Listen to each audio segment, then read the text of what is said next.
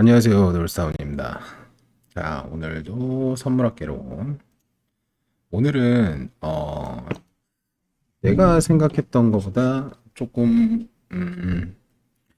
어, 미흡하다고 하긴 그렇지만 공부를 정말로 이제 시작하시는 분들이 많은 것 같아서 어, 처음 이제 선물 진입하신 분들을 위해서 이제 뭐부터 해야 될지 모르시는 분들이 많은 것 같아요. 그래서 오늘은 특별히 공부를 어떤 식으로 먼저 해야 될까라는 거에 대해서 조금 얘기를 해볼까 합니다. 자, 요거는 이제 저도 이제 카페 활동을 얼마 하기 전에, 그러니까 카페 활동을 좀 하기 전부터 물어보시는 분들이 있었어요. 공부를 어떻게 해야 되는지. 그래서 그 얘기를 조금 먼저 해볼까 하는데, 자, 우선은 요 이제 선물이라는 거에 대한 이해를 조금 해야 돼요. 선물 매매라는 건 뭐냐면 이제 우리가 보통 이제 현물 같은 경우 이제 현물이라고 하는 것 자체가 실질적으로 존재를 하는 것에 대한 사고 파는 행위예요. 그러니까 이제 뭐 주식 같은 경우에는 이제 주를 사는 거고 이제 코인 같은 경우는 이렇게 코인을 사겠죠. 어떤 코인을 예를 들어서 업비트 같은 걸 이용해서 코인을 사고 파는 행위는 이제 현물을 거래하는 거야, 현물을. 자, 근데 우리는 이제 선물이라는 거를 하는 사람들인데, 자, 이 선물이라는 건 뭐냐면, 일반적으로 현물은 실체가 존재하기 때문에 사고 파는 행위를 하는데, 이 녀석은, 그러니까 수익이 나려면 현물의 시세가 올라가야지만 수익이 나요. 근데 선물 같은 경우에는 우리가 이제 공매도라는 걸 하거든요. 공매도. 공매도를 할 수 있어요. 공매수도 할 수 있고. 공매수와 공매도가 어떤 의미냐면, 자, 우리가 보통은 코인을 산다는 건 돈으로 코인을 사죠. 돈으로. 돈을 지불하고 코인 현물을 산다. 근데 이제, 요 코인을 가지고 우리가, 거래소를 이용해서 이제 마진이라는 금액을, 마진이라는 금액을, 어, 어떻게 설명해야 돼? 마진이라는 금액을 받아요. 그러니까 내가 지금은 요만큼 코인이 있는데 요만큼 코인으로 얘를 공매수를 할 거야. 공매도를 할 거야. 이런 식으로 해서 거래소마다 측정되어 있는 마진의 조건에 따라서 거래를 할 수 있는 뭐라 그럴까? 일종의 사이버머니라 그래야 되나? 사이버머니 같은 게 생겨요. 그걸 이제 마진이라고 하는데 요 마진의 특징이 뭐냐면 이제 레버리지라는 걸 쓸 수 있어요. 레버를 쓸 수 있는데 예를 들어서 내가 이제 가지고 있는 마진이 100불이다. 100불인데 요 마진을 예를 들어서 뭐 내가 레버리지를 10배를 쓴다. 그러면은 나는 1000불로 거래하는 효과를 가져요. 1000불로. 그래서 요 1000불로 이제 매매를 하는데 우리가 선택지가 이제 두 가지다. 공매수. 공매수. 이거는 우리가 흔히 알고 있는 롱. 그다음에 거래소마다 명칭이 좀 다르긴 한데 보통 이렇게 바이라고 이렇게 있어요. 그리고 이제 공매도가 있죠. 공매도, 셀이라고 하는 경우도 있고 숏이라고 하는 경우도 있습니다. 자, 그래서 떤 이런 식으로 이제 차트가 그려질 때 이 차트가 올라가겠다, 내려가겠다를 공매수와 공매도로 선택을 해서 이제 트레이딩을 하는 게 이제 선물이다. 솔직히 그 개념에 대해서는 뭐 크게 우리가 뭐 애널리스트도 아니고 주식을 전문적으로 하는 펀드 매니저가 아니기 때문에 그냥 그 부분만 알고 있어도 크게 문제가 됐던 적은 없었던 것 같아요. 지금 작년 9월부터 선물을 이제 했었으니까 그 선물을 하는 동안 크게 뭐 문제가 되는 경우는 없었다. 그래서 공매수와 공매도를 하고 레버레이지 정도를 알고 있으면 될 것 같다. 자, 그러면 우리가 이런 선물을 이용해서 공매수 공매도를 할 건데 자, 그러면 요 공매수를 하기 위해서는 일단은 차트를 볼 줄 알아야겠죠. 요런 이제 흘러가는 차트 같은 거를. 그래서 차트를 어떤 식으로 공부해야 되는지를 일단은 먼저 알아야 돼요. 자, 그러면 우선은 내가 이제, 이게 이제 트레이딩 뷰라는 프로그램인데, 프로그램이라고 해야 되나? 이제 웹사이트에서 제공하는 웹페이지인데, 이제 모든 차트를 다 볼 수 있어요. 여기 이제 차트 공간을 열어서 내가 원하는 어떤 코인의 차트를 이렇게 딱 불러와가지고 이렇게 볼 수 있는 기능이다. 자, 그래서 기본적으로 요 이제 차트, 요 트레이딩 뷰가 세팅이 되어 있는 게 이제 뭐 이런 거래량이나 그 다음에 이동평균선 같은 경우 이런 식으로 이제 기본이 세팅이 되어 있는데 웬만하면은 기본으로 쓰는 것 같은데 내가 매매를 조금 더 진지하게 한다 그러면 뭐 나스닥도 좀 봐야 되고 뭐 USDT 테더도 좀 봐야 되고 그래서 이런 세세한 것들은 나중에 이제 트레이딩 뷰 설명을 할 때 한 번 더 하든지 조금 다른 카테고리로 다시 얘기를 할 건데 오늘은 이제 포인트 자체가 어떤 식으로 차트 공부를 하냐 처음에 시작을 해야 되냐에 맞춰졌기 때문에 그거에 관련된 얘기를 좀 할 겁니다. 자, 보통 요 이제 파동이라고 하죠. 캔들, 요런 캔들이 형성되는 요런 모습들은 누군가가 이 비트코인이라는 우리 지금 비트코인으로 선물을 하니까 비트코인을 예를 들면 이 비트코인을 사고 파는 행위예요. 사고 파는 행위. 이렇게 사고 파는 행위. 이렇게 사고 파는 행위일 때 사는 사람이 적고 파는 사람이 많으면 이런 식으로 차트가 떨어져요. 사는 사람이 많고 파는 사람이 적으면 이런 식으로 차트가 올라가고. 그래서 이런 현상으로 만들어지는 게 기본적으로 저런 식으로 캔들이 만들어지는 게 기본적으로 우리는 파동이라고 얘기를 합니다. 웨이브라고도 하죠. 자, 그래서 사실은 우리가 지금 엘리어트 파동을 이용해서 매매를 하고 있지만 요 엘리어트 파동이라는 게 있기 전부터 엄청나게 많은 분석법들이 있었다. 우리가 알고 있는 거는 그냥 굉장히 빙산의 일각일 수 있다. 라고 생각을 하면 됩니다. 자, 그래요. 자, 그래서 요런 좀 파동 관련된 이제 기원을 살펴보게 된다면 내가 왜 처음 공부를 파동으로 시작했는지에 대한 그 이해가 될 거예요. 우리가 보통 처음에 이렇게 차트를 마주하게 되면 주식을 하신 분들은 내가 잘 모르겠지만 주식을 하지 않았던 사람들 같은 경우에는 이 모든 것들이 굉장히 낯설 거예요. 처음에 어떻게 매매를 하고 어떻게 차트를 읽어야 될지.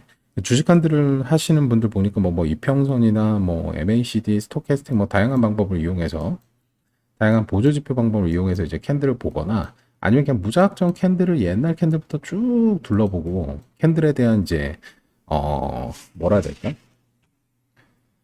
보는 눈을 키운다든지 뭐 그런 식으로 좀 강제적으로 원효대 같은 케이스죠. 맨날 차트만 봤다고 하니까 차트만 보고 그 많은 걸 참 이러는 것도 신기하긴 한데 어쨌든 자, 나 같은 경우에는 내가 이렇게 처음에 이제 선물이라는 걸 했을 때 차트를 보고 생각한 게 어떠한 기준점이 있어야겠다. 도대체 기준점을 뭘로 둬야 될지 모르겠다 해서 처음 접한 게 이제 엘리어트 파동 이론이에요. 자, 이 엘리어트 파동이라는 게 사실은 있기 전에는 아까도 얘기했다시피 굉장히 다양한 방법이 있었다. 다양한 방법이 있었다. 그러니까 사람들 생각은 다 똑같은 것 같아요. 사람들 생각은 다 똑같은 것 같아. 요런 식의 파동이, 요런 식의 이제 무빙 자체를 어떠한 현상에 일어나는 현상에 대한 관찰에서부터 시작합니다. 관찰. 그래서 이런 식으로 관찰해서 참 다양한 것들이 만들어졌었는데, 기본적으로 우리가 보는 요 캔들 있죠. 요 하나하나의 캔들. 요 캔들은 일본에서 만들어진 캔들이에요. 이 본캔들은 일본 쌀장수들이 만든 캔들이다. 거기서부터 와가지고 우리는 현재까지도 쓰고 있다. 보면은 캔들에 대한 많은 얘기가 있죠. 뭐 종가, 시가, 그 다음에 뭐 시초가, 최종가, 뭐 어떻게 막 이렇게 말이 있어요. 지금 얘기하고 싶은 건 그게 아니고. 자, 그래서 그때 옛날부터 전해져 있던 이런 본캔들을 이용해서 차트가 생성이 되는데 엘리어트 파동이 있기 전에도 정말 다수의 방법이 있었다. 예를 들어서 뭐 다우 이론 같은 경우, 다우 이론도 파동 관련된 얘기예요. 우리 엘리어트 파동은 보통 하나, 둘, 셋, 넷, 다섯, 하나, 둘, 셋, 이렇게 이제 여덟 개 파동으로 이루어진다 했는데, 다우 이론 같은 경우에는 이게 아마, 이 각 파동마다 뭐 이렇게, 총 올라가는 상승 파동이 다섯 개가 아니 이렇게 아홉 개의 파동으로 지정을 했어요. 그래서 내가 지금 생각해보면 이 아홉 개의 파동이라는 거는 3파가 연장됐을 때 이제 아홉 개 파동이 나오죠. 그러니까 어떻게 보면은 엘리어트 파동이나 무슨 뭐 사케다의 기법, 사케다 3003봉 오버평 뭐 이런 방법이 있는데 사케다도 마찬가지야. 큰 봉우리가 세 개가 나오면 무조건 이제 주정이 된다. 뭐 이런 식의 이론인데 이렇게 또 보다 보면은 굉장히 다 흡사한 것들이다. 이런 사람들이 뭘 보고 이런 거를 이제 사용하기 시작했을까? 그런 것들은 전부 관찰에서 온다. 어떤 현상에 대한 관찰. 그래서 이 현상에 대한 관찰은 참 많은 것에 관여가 돼요. 예를 들어서 우리나라처럼 이렇게 사계절에 사는 사람들, 사계절을 가지고 있는 나라를 기준으로 한다면 사람들이 한 2, 3개월 지나니까 날이 따뜻해지고 2, 3개월 지나니까 뭐 날이 추워지고 또 2, 3개월 지나니까 눈이 오기 시작하고 2, 3개월 지나니까 뭐 눈이 녹기 시작하고 이런 식의 관찰을 통해서 뭔가가 있다라는 뭔가 이렇게 순리 같은 게 있다라는 관찰 속에서 우리가 그냥 그런 것들, 자연스럽게 알아가는 그런 것들. 그래서 요런 이제 관찰을 통해서 차트 또한 요런 자연스러운 순리가 있다. 그 순리라는 게 마지막으로 좀 함축적으로 가장 최근에 이용하기 좋게 나온 게 이제 엘리어트 파동 이론이라는 거예요. 그래서 요 엘리어트 파동 이론에는 빠질 수 없는 게 있어. 이제 피보나치 수열이라는 건데 이 피보나치 수열 또한 어떠한 자연에서 이루어지는 순리에 따라서 보여지는 모습들이에요. 예를 들어서 우리 피보나치 수열이라는 걸 계산하는 방법을 아시는 분들이 있을라나? 우리는 다들 파동을 공부하는 사람들이니까 알겠죠. 자, 피보나치 수열이라는 게 별게 아니에요. 앞에 숫자를 더하면 나오는 숫자야.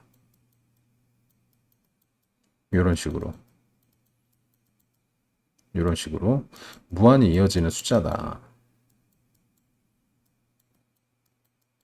어이씨, 암산 실력 다 뽀록나겠는데 이런 식으로 무한히 이어지는 숫자다. 이런 식으로. 야, 똑똑해. 좋았어. 자, 그래서 이 앞열과의 나눗셈을 하면 뭐 0.236. 그 뒷열과 또 나눗셈을 하면 뭐 0.382. 그 뒷열과 또 나눗셈을 하면 뭐 0.618. 뭐 이런 식으로 해가지고 황금 비율 숫자를 찾는 건데 이 피보나치 수열 같은 경우에도 처음에 발견됐을 당시 목적이 뭐였냐면 어떠한 이 자연수에서 오는 자연수라고 해야 되나? 불특정. 그 이걸 뭐라고 해야 되지? 불특정 숫자. 뭐 딱 할 생각이 안 나네요. 이런 숫자에서 오는 것들 중에 어, 명확하지는 않지만 어떤 공식을 하나 만들기 위해서 추가되는 변수라고 판단하기도 뭐하고 굳이 얘기하자면 상수를 하나 만드는 수준? 나 오늘 좀 말이 어렵네. 상수 같은 게 하나 생겨서 어떠한 공식을 완성시키는 그런 개념으로 출발을 했거든요. 예를 들어서 뭐 토끼 암수 한 마리 한 마리씩 이렇게 교배를 하면 이제 그 다음에 나오는 새끼들의 암수의 숫자 알 수 없는 거잖아요. 나와야지 아는 거잖아. 근데 이런 것들이 관찰을 통해서 어떠한 일정한 법칙이 있더라. 그런 것들이 이제 자연의 순리죠. 그래서 엘리어트가 두 번째로 쓴 책 제목이 이제 자연의 법칙과 우주의 신비라는 거예요. 자연의 법칙, 우주의 신비. 그래서 아마 첫 번째 책 제목이 그냥 Principle of Wave일 거고, 그 다음에 두 번째가 이제 Nature of Law랑 이제 뭐 유니버스 어쩌고저쩌고 하겠죠.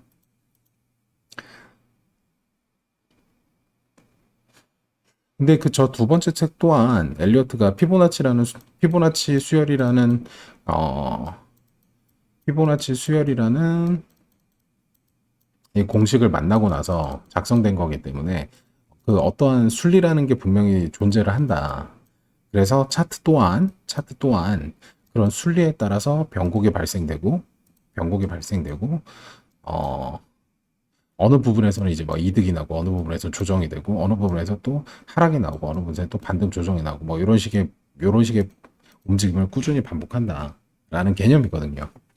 그래서 내가 왜 지금 이런 파동 얘기를 꺼내냐면 내가 선물 매매를 하면서 느낀 점은 기준점이 있어야 된다는 거예요. 기준점. 이 기준점은 사람마다 다르고 어떤 기준점으로 수익을 만드는 거에는 정해진 게 없어요. 정해진 게 없어. 어떤 사람은 이평선만 보고도 극대한 수익을 낼 수 있고, 어떤 사람은 날봉 뭐 캔들 분석 방식으로 뭐 수익을 내는 사람들도 있고 되게 다양하거든요. 근데 나 같은 경우에는 뭔가 좀 정해진 틀 안에서 뭔가를 풀이를 해야 직성이 풀리는 사람이었기 때문에 내가 선택한 거는 엘리어트 파동이었어요. 다른 보조 지표보다. 솔직히 뭐 볼린저 밴드 매매, 뭐 MACD 매매, 뭐 RSI 매매, 이렇게 보조 지표로 만들어지는 매매법은 솔직히 저는 비추합니다. 그 이유가 뭐냐면 어쨌든 이런 보조 지표들이 생성된 과정을 보면 얘가 뭐 이동 평균에서 따라 나와서 생성됐다든지 뭐 거래량에서 따라 나와서 생성됐다든지 뭐 캔들에 따라서 생성됐다 이렇게 한 번 더 걸쳐져서 생성됐던 것들이기 때문에 그리고 또한 중요한 게 뭐냐면 우리가 지금 유명하게 알고 있는 모든 보조 지표들은 이 시세를 만드는 사람들도 다 알고 있는 거예요. 너무나. 그래서 이 알고 있는 사람들이 평상시에는 그대로 흘러가지만 어느 시점에서 정말 변곡을 주거나 중요한 자리에서는 그걸 꼰단 말이야. 아, 사람들이 여기서 입 벌리고 있겠다면 그 입 벌린 자리는 절대 주지 않죠. 그런 식으로 차트가 완성되고 시세가 주어진다. 그렇기 때문에 우리가 테마주나 시총이 작은 것들은 건드렸을 때는 외부의 개입이 있기 때문에 우리가 원하는 대로 차트가 그려지지 않는다라는 거를 항상 숙지를 해야 합니다. 그런 거에 대해서 생각을 하고 매매 시장에 뛰어들어야지 그렇지 않다면 큰 낭패를 볼 수 있다. 그래서 이제 그런 이제 오리지널한 어떠한 기준점이 필요한 것 같아서 제가 선택한 건 파동이고 이 파동을 공부하기 위해서는 물론 이제 책을 한번 보면 좋죠. 엘리어트 파동이 도대체 무엇인가. 근데 솔직히 얘기하면 기존에 이제 엘리어트가 작성했던 그 두 권의 책은 솔직히 비춥니다. 이 주황색 책이 있고 주황색이 아마 두 번째 책. 이게 이제 자연의 법칙이고 그다음에 첫 번째 책이 프린시플 오브 웨이브라서 이게 회색 책이었나? 회색 책? 둘 다 사실은 적용하기 굉장히 힘든 책이에요. 그래서 개인적으로는 김종근자의 파동 요 책을 좀 김종근 선생님이 쓰신 요 책을 좀 추천하는 편이에요. 그나마 이제 현대 사람들이 보기에 조금 이제 편하게 작성을 한 책이다. 그래서 그런 책을 보면서 가장 중요한 백테스팅을 해야 돼요. 내가 실제로 요런 비율과 요런 법칙, 요런 기준 안에서 실제 차트가 어떤 식으로 그려지는지, 그게 진짜 맞는 건지 틀린 건지. 그래서 요런 자리는 나오는구나, 요런 자리는 나오지 않는구나에 대한 백테스트를 분명히 해야 됩니다. 그래서 공부하기 첫 번째는 기준을 정하는 거예요. 나는 어떤 기준으로 매매를 할 건가? 이거는 이제 매매 원칙이나 이런 얘기를 하는 게 아니라 어떤 이론을 이용해서 어떤 보조지표를 이용해서 어떤 방법을 이용해서 내가 차트를 읽을 것인가에 대한 분석을 할 것인가에 대한 기준을 먼저 정해야 된다. 근데 아까 얘기했듯이 엔간한 보조지표들은 뭐 솔직히 뭐 캔들이나 이런 파동을 기준으로 나오는 거기 때문에 나는 이제 뭔가 원초적인 것부터 공부하는 게 좋다라고 생각을 한다. 이런 얘기를 하고 싶었던 거예요, 오늘. 그래서 그런 식으로 이제 파동 이론을 공부하면서 백테스트를 하는 도중에 뭔가 나에게 부족한 게 느껴질 거예요. 분명히. 파동만으로는 한계가 있다. 근데 솔직히 그거는 한계가 있는 게 아니라 공부하시는 분들이 충분하지 않게 했을 확률이 더 크다. 왜냐면, 기존에 나와 있는 모든 뭐 캔들 패턴이나 아니면 뭐 가까운 얘기로는 뭐 담증이가 만든 786 기법 같은 경우도 그렇고 이런 것들이 나중에 이렇게 파동 공부를 막 이렇게 하다 보면 다 같은 얘기거든. 틀린 얘기가 하나도 없거든. 그 다음에 우리가 아까도 패턴 얘기가 나왔지만 무슨 뭐 이렇게 뭐 쐐기형이라든지 뭐 이게 삼각수령 같은 경우 그 다음에 이제 뭐 바닥의 형태 산바닥 뭐 쌍바닥 뭐 뒤가 깊은 쌍바닥 앞이 깊은 쌍바닥 뭐 이런 것들을 통해서 우리가 어떤 분석을 하고 확률을 높여가잖아요. 근데 이런 것들이 솔직히 파동 이론에 다 같은 얘기다. 나중에 결론적으로는 다 같아져요. 하나씩 다 뭉쳐져. 유일하게 같아지지 않는 애들이 뭐냐? 이평과 거래량이에요. 이평과 거래량.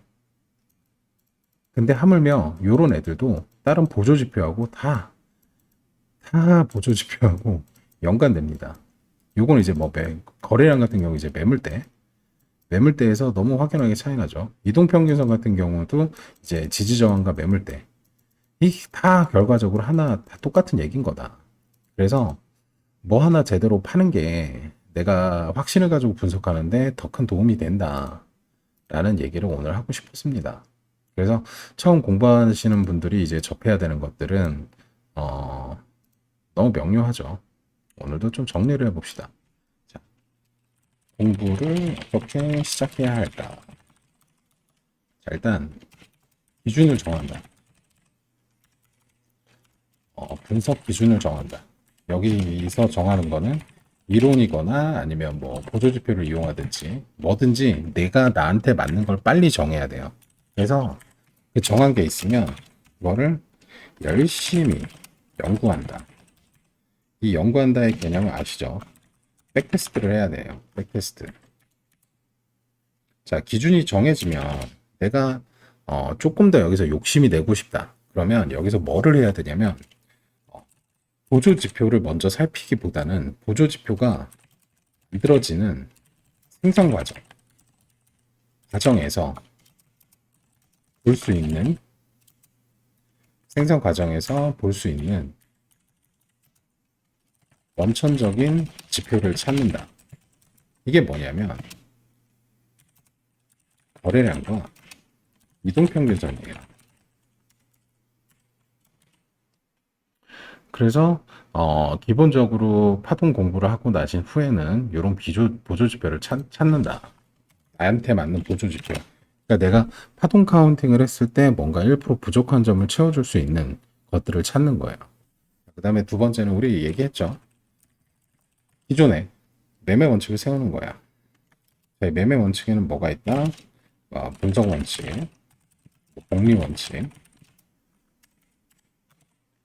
그 다음에 또 뭐가 있었지? 이거 단 것 같은데? 뭐 마음가짐 정도? 뭐 이런 식으로. 그리고 이 매매 원칙이 다 되면은 이제 실전 매매를 해야 되는데, 자, 실전 매매는 너무 간단하죠. 소액, 모의 투자 등을 통해 경험을 쌓는다.